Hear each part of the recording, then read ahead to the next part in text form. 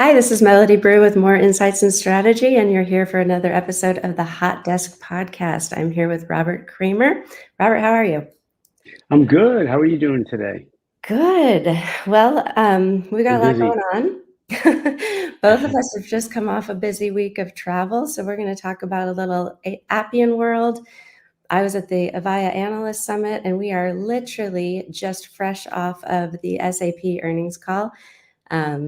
And then I will actually get to see you live and in person tomorrow at the Oracle Analyst Summit. So That's exciting. exciting.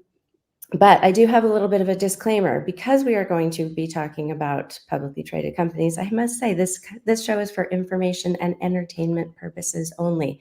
While we do discuss publicly traded companies on the show, the contents of the show should not be taken as investment advice. So you shouldn't take my advice anyway. Anyway, let's get started. Tell me about Appian World. You were in Washington, D.C.? Yeah, I was there. It was kind of fresh off a previous trip that I was in Dublin, Ireland for Software AG. So I was in Washington, D.C. this time. Sometimes you wake up, you're not sure where you're at because we travel so much. But it Yeah. was it was a fun trip. So Appian has a great platform. It's basically around business process automation, and it's a low-code platform. It allows organizations to automate workflows, different processes. It's an efficiency application and platform that they have. It's surrounded by products that they have around the government and public sectors and things of that nature. They have a new product out. It's called Data Fabrics. It's a word that's used by many different companies, but it allows you to bring data in from different solutions, applications, types of systems and networks to be used in different ways within their existing platform. So it's a great product. One of the things that was interesting is you look at data today, and we'll talk about SAP in just a second, and a lot of things are oriented towards the ERP market. There's a differentiation where there's enterprise data, which is at the ERP level, and there's business uh, data, which is in packages and solutions like CRMs and things of that nature, and Adobe, et cetera. But there's middle layer software that's required to get the data from the ground zero to these business applications. I see Appian as one of those companies that can help out, and they're really focused on their existing applications and using their data fabric for that. So it's kind of interesting. I kind of see that as a new piece of the equation for data management. And Mhm. it was one of the things that I told them about, and they really weren't considering it at this point, but they see it now. We'll get to this in a bit, but on the SAP earnings call, there was just a lot of talk about, one, their growth in ERP cloud, and also in just the importance of that data management. I was definitely Mhm. thinking that you would weigh in on your opinion on that, but that for sure came up a lot. Yeah. Um, Yeah, yeah. it's interesting because of what you just said, and SAP, their predictions on where the future is going and where they're at right now. They said is one of the strongest quarters, and the estimated market for ERP is supposed to reach 700 billion by 2027. I think that's absolutely unbelievable and fantastic, but it does show where the strength of the industry is and where the data resides. And it's Mhm. one of those things where I think companies have to see that they're going to get the data from this market, from the ERP market. It's going to help leverage the fundamental components of a company for your organization to be more successful. So because of effective data management, it drives really the competitive advantage for your organization and how to use that data properly. And there's Yeah. so many business applications to use that data as well. Right. That's what I was just going to say. I think, we'll definitely see this at Oracle, and we see this with SAP. It's like it affects everything from that layer down. It affects HCM, it affects ERP, it affects, just everything that touch any data that goes into the system. If it's not good data, if it's not clean data, then you're basically starting with nothing. You're kind of starting from scratch. So we're seeing that touch Right. HR from, every component of business, even sustainability. I mean, they talked a lot about that on the SAP earnings call, that, They did. there's been a big increase in their sustainability clients, and that's because of what they do with the data and how they tie that all together throughout their various systems through SuccessFactors and all their sustainability cloud and all of that. So Yeah.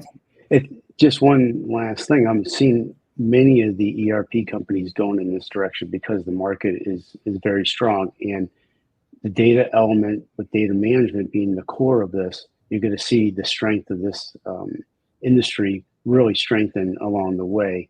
And business applications are going to have to pay more attention to the data being more strong than it is now, because the data management strategies are not at the forefront that they need to be, because data is not used how it should be and it's supposed to be. Like, for example, we talked to Adobe, we've talked to Salesforce, and when you look at the examples that they give in their demos, it's a perfect world. That perfect world doesn't exist unless this data structure is put in place. And one of the things that SAP did not talk about, but when they do all these implementations with their SAP Rise and how the market conditions are, the biggest thing I see is change management as well, because without a good change management structure, it's going to be almost impossible for these migrations, these transformation projects to be successful. So that's a big component as well. Yeah. I think also, they did talk about AI, but it wasn't as in your face, I think, as a lot of some of these earnings calls that we've been on recently. And Good I point. think they talked about sort of the business value of it. I definitely think it was interesting how, they're using kind of this consumption model for AI. But it wasn't that it was really the only growth driver. I think it's one of the growth drivers. I think their monetization plan for it is a good one, but I also think that it's not, it's a tool that is helping them to drive that growth. It is not the thing, it's not the shiny object that they're saying, oh, it's all AI and that's how we're going to get to this next level. So I thought that was interesting, kind of refreshing, honestly. But Well, it's more of a realistic view of AI, I think. it is. And what AI is to make data more useful. Right. And I think that is how to propose it in the future, because it makes your data better. And instead of it being the answer for everything, it's the ability to have that data more efficient. But it goes back to what you were saying before, that the core data with SAP and its competitors needs to be strong and useful so AI can be used in this manner that we're just talking about. Yeah.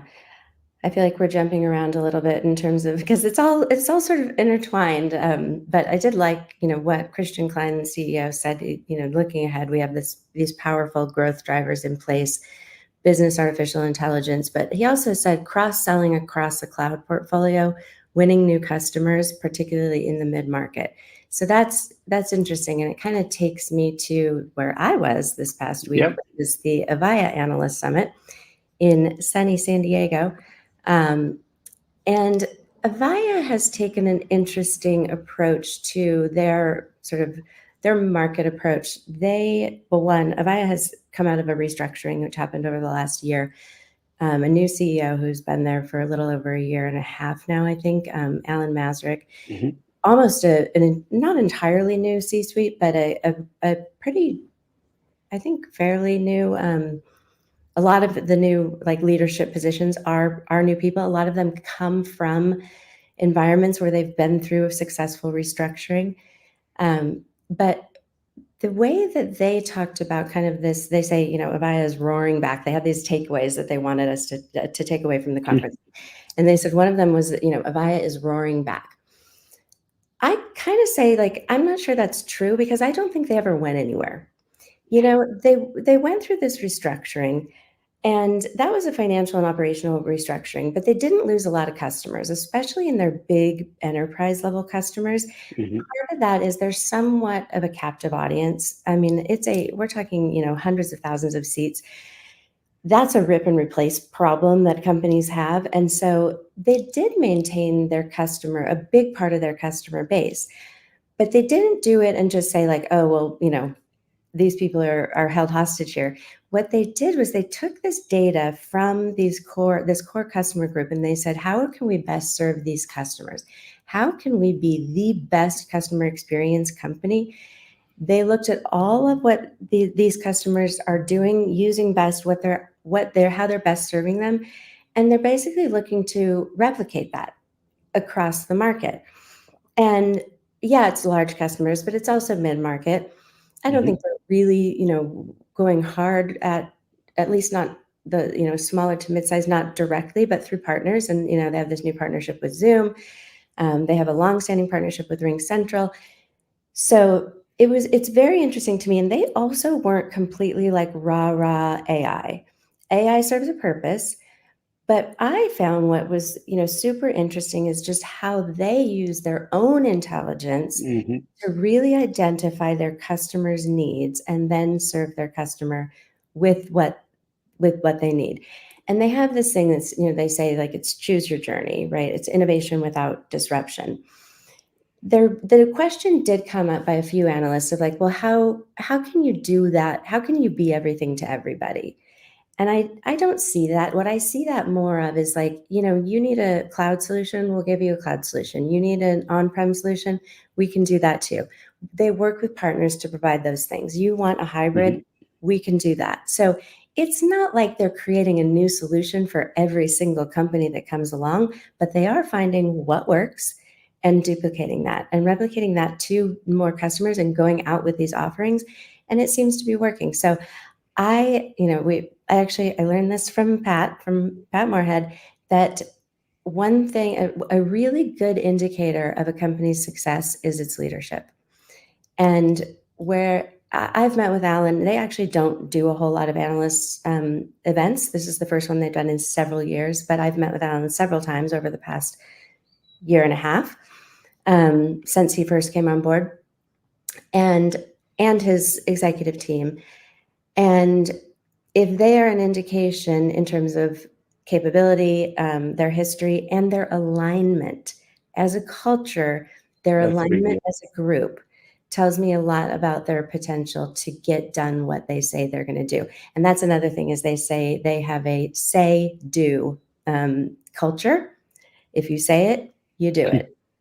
And I their like chief that. product officer got up and he talked about it, and their CTO got up and talked about it, that if this is on our roadmap and it slips, we're going to come out and we're going to say, hey, this is slipping. And what do you need? What do you need to help to get this done? And, so I came away from it with, a lot of faith in their ability to do what they're saying they're going to do, but also just really impressed with their transparency. They took the company private. They don't have to report their financials, but they do. They share them with their shareholders, their stakeholders. They share them with their customers. They report their roadmap. They're not worried about competition. They're like, everybody's going to catch up at some point in terms of products and capabilities. So they're really transparent with what they're doing. And so I thought, those are kind of my big takeaways from that. But it was a great time, other than, as you know, my suitcase got stolen. Um, so Horrible. they all saw me in the same black sweater, not this black sweater, but a black sweater. Pretty much the entire time. I called it my emotional support sweater. But As long as it kept you warm. But what's interesting also, Appian's leadership, I met with most of them, they've all been there 10 years or more, some mm, 16, 17 years. And I think that's probably good. And maybe some fresh, you know, new personalities can always help. But at the same mhm. time, it shows some dedication. And if the leadership is working together, like you just mentioned, a cohesive group, Mhm. then that's an asset for a company. So I agree. I like that. Yeah, I think culture obviously is really important, and Alan really kind of hammers that, like, throughout the organization, that culturally they have to all be aligned. But there's a different thing when you see people in person and you see how they work together amongst each other, Hmm. and you can see that alignment. And that's something that I've consistently seen with that group, and I think it's important. And again, I feel like we're jumping back and forth with SAP because they kind of weave in here and there. But let's talk a little bit more about the SAP earnings, because I actually see the same thing with the SAP team. It's a huge, huge team, obviously globally. Hmm. Um, but when I see them, Christian and their CMO, and all of them together, they seem to be incredibly aligned. Hmm. I don't get a lot of various messaging from different parts of the business. And we'll meet with people on success factors, and then we'll meet with a different person on sustainability, and then somebody on data. And there does seem to be a lot of alignment there, and it seems like where they're going in terms of their goals for the year, seem to be attainable based on if we're looking at some of those key metrics. I don't know. What are your thoughts about that?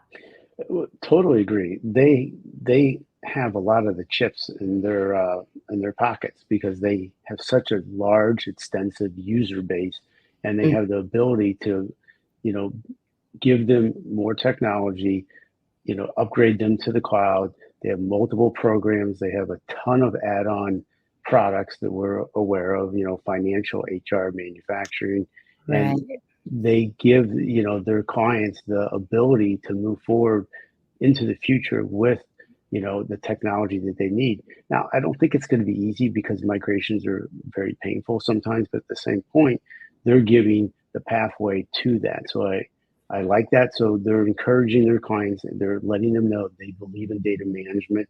They're investing in it versus sitting back and not investing technology into the program. So they have a gigantic user base and they're taking advantage of that. Yeah, I think we probably need to do like a whole different pod just on Grow with SAP. I think you're talking about the add-ons. It's like HR and finance, and there's so many things, just kind of those core add-ons that are really kind of the most critical functions within an organization. Mhm. And like you've said, they've typically operated in silos where the data isn't necessarily connected to each other, or the data isn't necessarily connected. So I think with that type of visibility, you have just a little bit more kind of a smooth operation. I think especially like when you look at things like HR and finance, I mean, that's one of those better together situations for sure. Mhm. So I think that's probably something we could spend a good 15 minutes just talking about that. So we'll hold that for later. But Sure. like I mentioned, we are both off to Oracle Analyst Summit this week. What are you looking forward to? Well, I think it's going to be very fun, in general, because we're going to be in San Francisco. I always like to go there. I'm going to get to see you in person. Yeah. And the Oracle team is in a great position as well because they have a large amount of applications, specifically the database applications, their Hmm. technology with the Oracle Cloud infrastructure, their investments in that cloud, how it's expanded. But they have a large amount of ERP solutions with their ERP cloud solution and NetSuites and a host of add-ons as well. Just like you mentioned for SAP, they have it too. So what I'd like to see is how they're going to come back to what SAP just announced today and how they're going to keep pace with that. Because Oracle holds a lot of the data, just like SAP and Microsoft. It'd be good to see how they're fundamentally going to handle this growth that SAP has and how they can do it themselves. What about you? What do you Yeah, think? it is interesting to when these things happen kind of close together, and it seems to happen a lot where kind of competitors have either big announcements at the same time or big events at the same time, and it sort of does give you that opportunity to compare things side by side. But I'm definitely, obviously my focus on for this week for them, is more on the CRM side, but also their HCM capabilities. I mean, they announced, we talked, I think, a little bit about this in one of our previous podcasts, but just some of the integrations and the Gen AI integrations within those applications.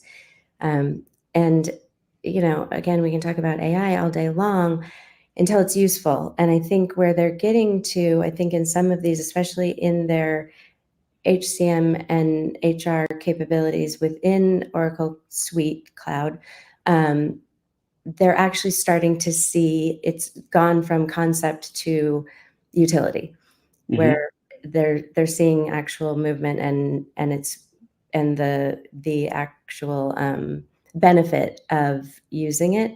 And so I think, I mean, that's just in general. I think we're going to see a big shift in that this year. It's like it's from talk to results.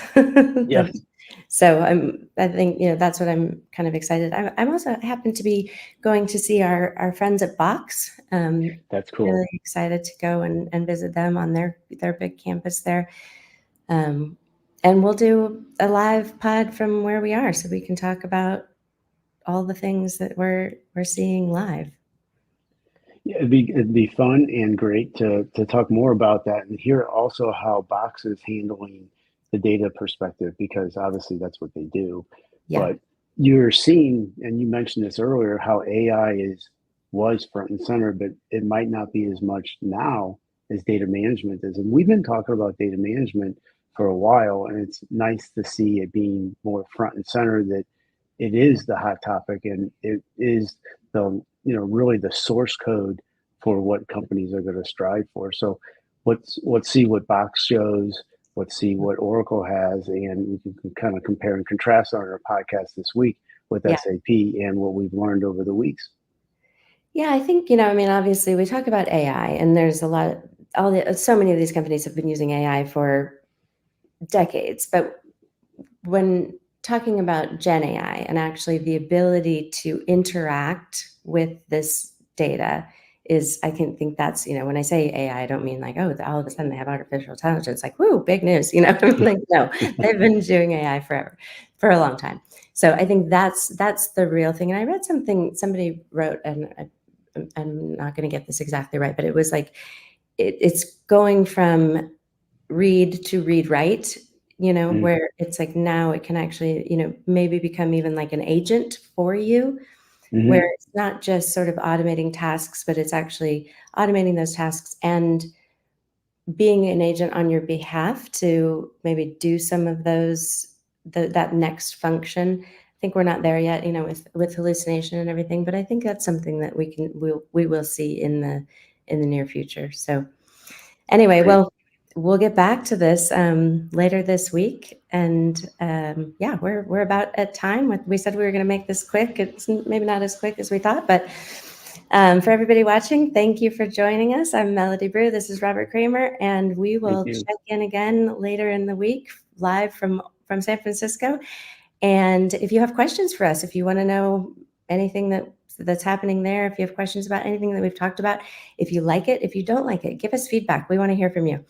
And thanks for joining us, and we'll see you later this week. See you in San Francisco.